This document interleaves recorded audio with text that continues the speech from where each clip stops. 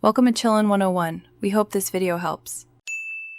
You start by opening the map project and locating the layer that holds markers. Once you see the marker layer, make sure the layer is unlocked and editable so you can replace icons. You should have the PNG icon ready in the correct size.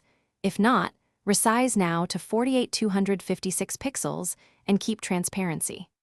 Also export or duplicate the current map file as a backup so you can recover the original marker if needed. Now select a marker instance to begin changing its icon. You select one or multiple markers to edit and open the symbol or styling panel for that layer. In the symbol editor, choose the image symbol type, then click the custom image option to browse and upload your PNG. Once uploaded, adjust anchor point and scale so the icon aligns with geographic coordinate. Many tools use bottom center anchor by default. Change if needed. After sizing, apply the style to the selected markers and preview on the map to confirm placement and visual consistency. You finish by saving the map project and, if required, exporting or publishing the updated map so others see the new icons.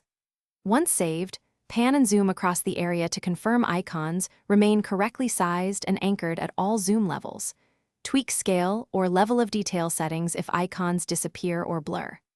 If you run into problems, clear the application cache, confirm the image path and permissions, and restore the backup if necessary. That troubleshooting step will fix most missing or misaligned icon issues. Thanks for watching. Consider subscribing if we helped you.